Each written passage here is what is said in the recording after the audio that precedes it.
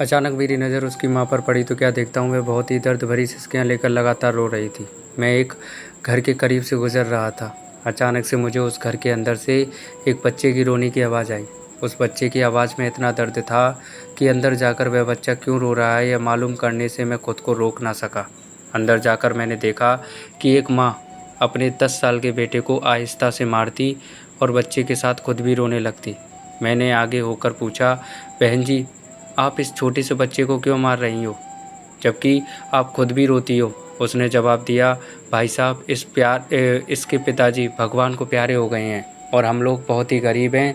उनके जाने के बाद मैं लोगों के घर में काम करके और इसकी पढ़ाई का खर्च मुश्किल उठाती हूँ, और यह कमबख्त स्कूल रोज़ाना देर से जाता है और रोज़ाना घर देर से आता है। जाते हुए रास्ते में कहीं खेल कूद में लग जाता है और पढ़ाई की तरफ ज़रा भी ध्यान नहीं देता है, जिसकी वजह से रोज़ाना अपनी स्कूल की वर्दी गंदी कर लेता है। मैंने बच्चे और उसकी माँ को जैसे तैसे थोड़ा समझाया और चल दिया। इस घटना को कुछ ही दिन बीते थे कि एक दिन सुबह सुबह कुछ काम से मैं सब्जी मंडी गया तो अचानक मेरी नज़र उसी 10 साल के बच्चे पर पड़ी जो रोज़ाना घर से मार खाता था। मैं क्या देखता हूँ कि वह बच्चा मंडी में घूम रहा है और जो दुकानदार अपनी दुकानों के लिए सब्जी खरीद कर अपनी बोरियों में डालते तो उनसे कोई सब्जी ज़मीन पर गिर जाती थी, वह बच्चा उसे फ़ौरन उठाकर अपनी झोली में डाल लेता। मैं यह नज़ारा देखकर परेशानी में सोच रहा था कि यह चक्कर क्या है। मैं उस बच्चे का चोरी चोरी पीछा करने लगा। जब उसकी झोली सब्जी से भर गई तो वह सड़क के किनारे बैठकर उसे ऊंची ऊंची आवाज़ें लगा करके सब्जी बेचने लगा। मुंह पर मिट्टी, गंदी वर्दी और आंखों में नमी। ऐसा महसूस हो रहा था कि ऐसा दुकानदार ज़िंदगी में पहली बार देख रहा हूँ। अचानक एक आदमी अपनी दुकान से उठा जिसकी दुकान के सामने उस बच्चे ने अपनी नन्ही सी दुकान लगाई थी। उसने आते ही एक जोरदार लात मारकर उस नन्ही दुकान को एक ही झटके में रोड पर बिखेर दिया और बाजुओं से पकड़कर उस बच्चे को भी उठाकर धक्का दे दिया। वह बच्चा आंखों में आंसू लिए चुपचाप दोबारा अपनी सब्जी को इकट्ठा करने लगा और थोड़ी देर बाद अपनी सब्जी एक दूसरे दुकान के सामने डरते डरते लगा ली। भला हो उस शख्स का जिसकी दुकान के सामने इस बार उसने अपनी नन्ही दुकान लगाई। उस शख्स ने बच्चे को कुछ नहीं कहा और थोड़ी सी सब्जी थी, ऊपर से बाकी दुकानों से कम कीमत, जल्दी ही बिक्री हो गई और वह बच्चा उठा और बाज़ार में एक कपड़े वाली दुकान में दाखिल हुआ और दुकानदार को वह पैसे देकर दुकान में पड़ा अपना स्कूल बैग उठाया और बिना कुछ कहे वापस स्कूल की ओर चल पड़ा और मैं भी उसके पीछे पीछे चल रहा था। बच्चे ने रास्ते में अपना मुंह धोकर स्कूल चल दिया। मैं भी उसके पीछे स्कूल चला गया। जब वह बच्चा स्कूल गया तो 1 घंटा लेट हो चुका था, जिस पर उसके टीचर ने डंडे से उसे खूब मारा। मैंने जल्दी से जाकर टीचर को मना किया कि मासूम बच्चा है, इसे मत मारो। टीचर कहने लगे कि यह रोज़ाना 1-1.5 घंटे लेट से ही आता है और मैं रोज़ाना इसे सज़ा देता हूँ कि डर से स्कूल वक्त पर आए, और कई बार मैं इसके घर भी खबर दे चुका हूँ। खैर, बच्चा मार खाने के बाद क्लास में बैठकर पढ़ने लगा। मैंने उसके टीचर का मोबाइल नंबर लिया और घर की तरफ चल दिया।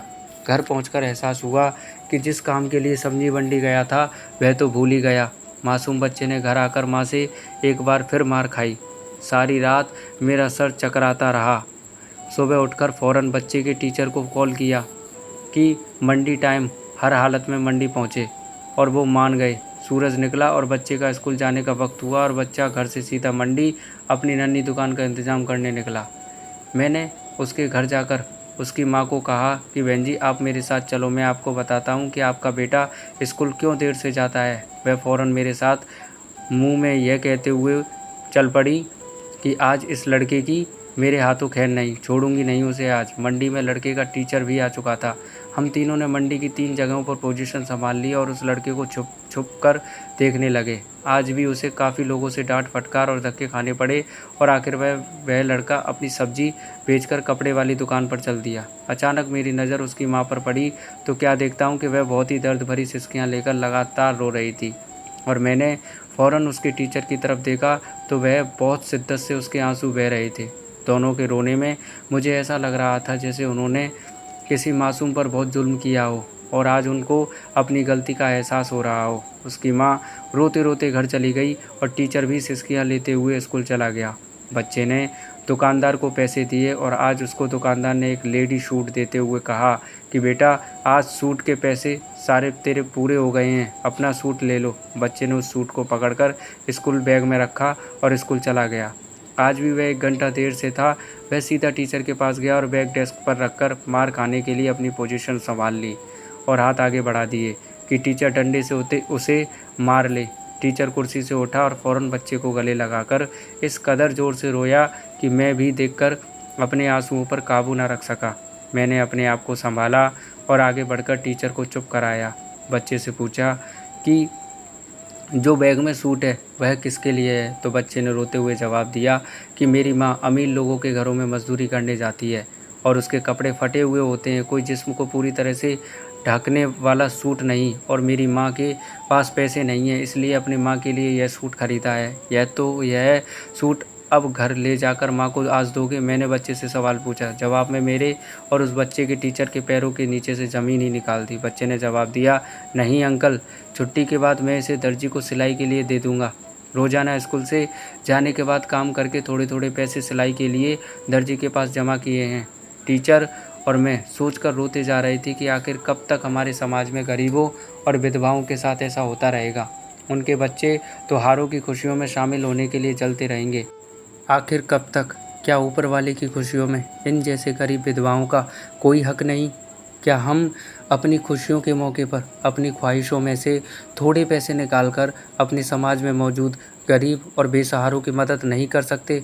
आप सब भी ठंडे दिमाग से एक बार ज़रूर सोचना, और हाँ, अगर आंखें भर आई हों तो छलक जाने देना, संकोच मत करना। अगर हो सके तो इस लेख को उन सभी सक्षम लोगों तक बताना, ताकि हमारी इस छोटी सी कोशिश से किसी भी सक्षम के दिल में गरीबों के प्रति हमदर्दी का जज्बा भी जाग जाए और यही लेख किसी भी गरीब के घर की खुशियों की वजह बन जाए। दोस्तों, कमेंट करके ज़रूर बताना कहानी कैसी लगी, और वीडियो को लाइक शेयर ज़रूर करें और चैनल को ध्यान से सब्सक्राइब कर लें। दोस्तों, कहानी सुनने के लिए धन्यवाद।